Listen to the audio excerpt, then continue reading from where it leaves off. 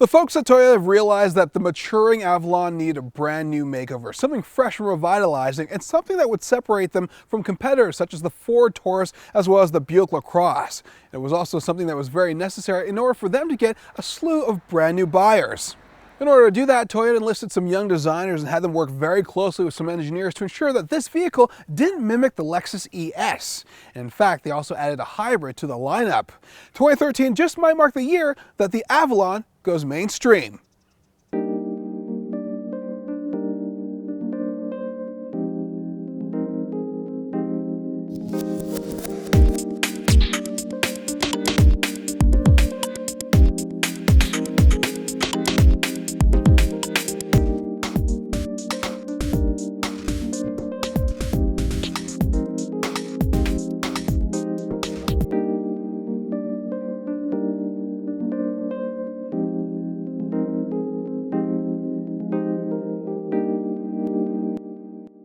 All right, let's discover what's under the hood when it comes to the 2013 Avalon. We've got a 3.5 V6 engine, which makes 268 horsepower and 248 pound-feet of torque. The transmission is 6-speed automatic and it's front-wheel drive. When it comes down to the fuel numbers, it ranges for the gas model, it's 21 miles per gallon in the city, 31 on the highway for a respective 25 miles per gallon altogether. When it comes to the hybrid, it's 40 miles per gallon in the city, 39 on the highway for combined 40 mpg. The base gas XLE model begins at $39.90.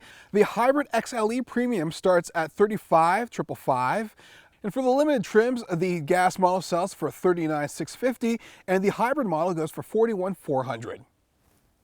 Everyone knows it. The old Avalon was conservative and not sporty in any kind of way, but this is a refreshing take on that vehicle. Bold design was really necessary to turn heads, and in fact I think this vehicle is better looking than the Camry and can stand up to the Lexus ES. With the sportier styling from the get-go, you can tell there's a bolder front fascia and improved stance. The new Avalon also has a fresh double grille, LED panel tail lights, as well as headlamps. Also, to make the vehicle stand out a little more, they've decided to add two brand new colors, including Champagne Mica and Moulin Rouge. When it came to the interior of the Avalon, it was a priority for Toyota. They wanted to be as large as it previously was, but at the same time a little more attractive and engaging. And it is. There's a sense of connection from the driver's point of view to the actual dash and the rest of the interior. Also, when it comes to the roominess of this vehicle, what you have is a vehicle that's larger than the inside of a BMW 5 Series. The rear seating is actually great, a little larger for taller adults, which is something that I really truly appreciate. Also, when it comes to trunk capacity, there's 16 cubic feet, 14 cubic feet within the hybrid. Having driven the Lexus ES, I thought it was a great interior, but now getting into the Avalon, I feel like this is even more premium and it's got a sportier feel. What makes driving this year's Avalon very different from the previous model is that it feels like the cockpit is more driver-oriented, and that's what I really like about this car. You've got three drive modes. First and foremost, the one that I really like is the sport mode, which gives you a little more push and control when it comes to the throttle. Also, at the same time, the steering gets stiffened up a bit. So when it comes to taking corners, you can feel those really tight turns as opposed to having this loose sort of sensation that you would get in the normal mode.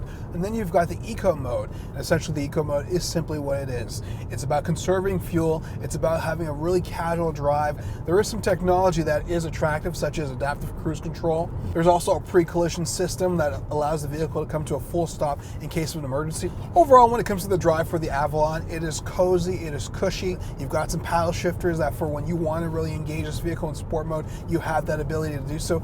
Otherwise, it's a very comforting and controllable ride. With the all-new Avalon, Toyota is trying to get the attention and dollars of Gen Xers, as well as try to sell more than 70,000 units over the next year across America, and they just might. For more of this review and others like it, visit AutoGuide.com.